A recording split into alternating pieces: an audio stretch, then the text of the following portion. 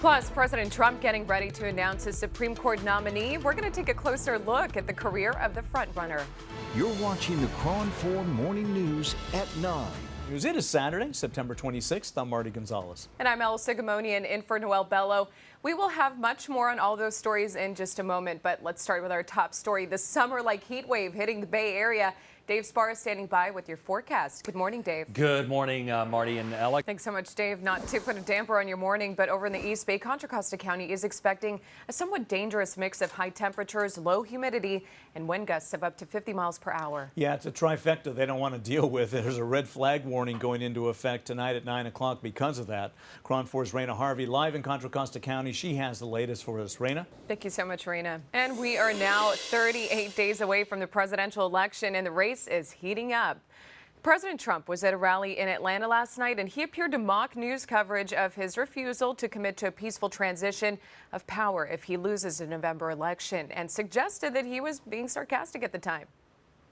The president's apparent refusal to commit to a peaceful transfer of power drew swift pushback from both parties in Congress, and lawmakers pledged to turn to unprecedented steps to ensure that he cannot ignore the vote of the people.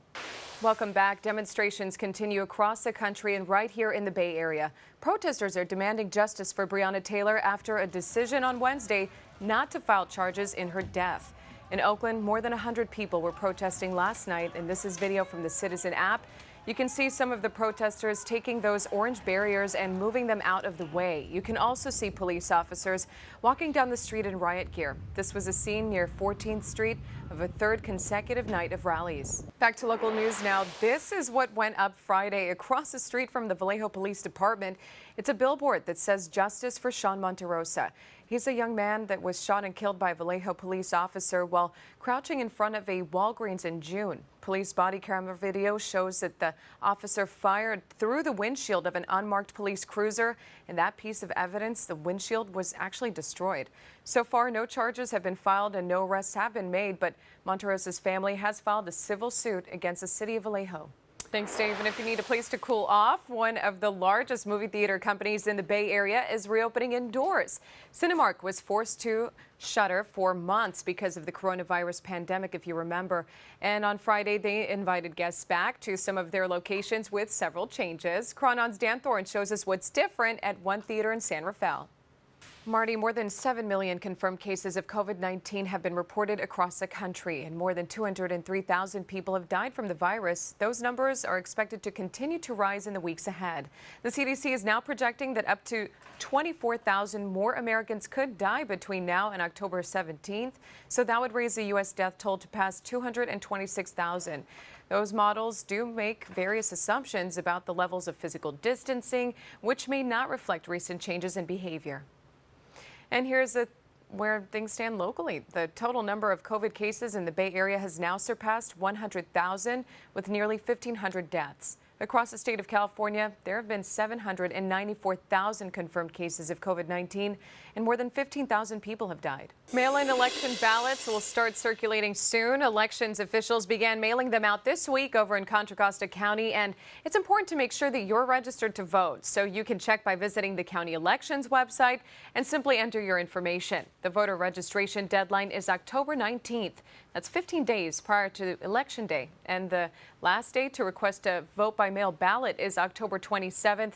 If you miss both deadlines, don't worry. You will still be eligible to register and vote in person using conditional voter registration. So just stop by the county elections office in Martinez, regional voting sites, or all polling places on Election Day. So if you're mailing in your ballot, you need to send it at least 7 days before Election Day, which is November 3rd. Make sure it is postmarked on or before Election Day and received within 17 days of the election. Also, you can always turn it in at a polling place the same day. Over in the East Bay as well, if you've been desperate for a manicure, well, starting next week, nail salons in Alameda County can welcome back their customers inside. This is a 180 from what county health officials said earlier this week and falls in line with state guidance. The change goes into effect, and you can look forward to getting your nails done on Tuesday.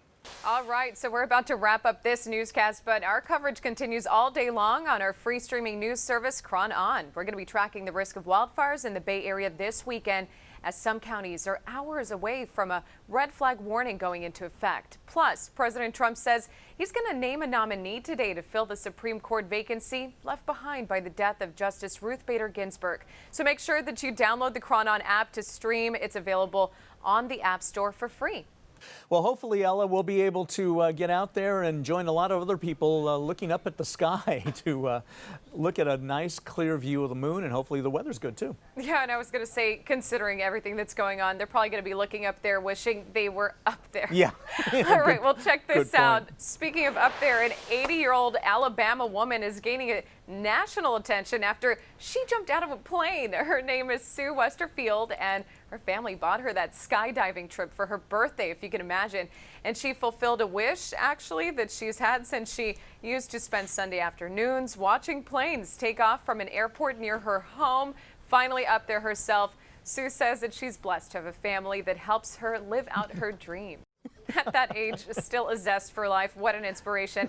The family spent the rest of the weekend celebrating their Grandma Sue by ending her birthday weekend festivities with a tea party for her and all her friends. Wow. And it looks like she had a nice, soft landing there, too. Yeah, like a pro. Good for her. You go, Sue. Stay safe out there. That's it for KRON 4 News Weekend for this Saturday morning. I'm Sogomonian.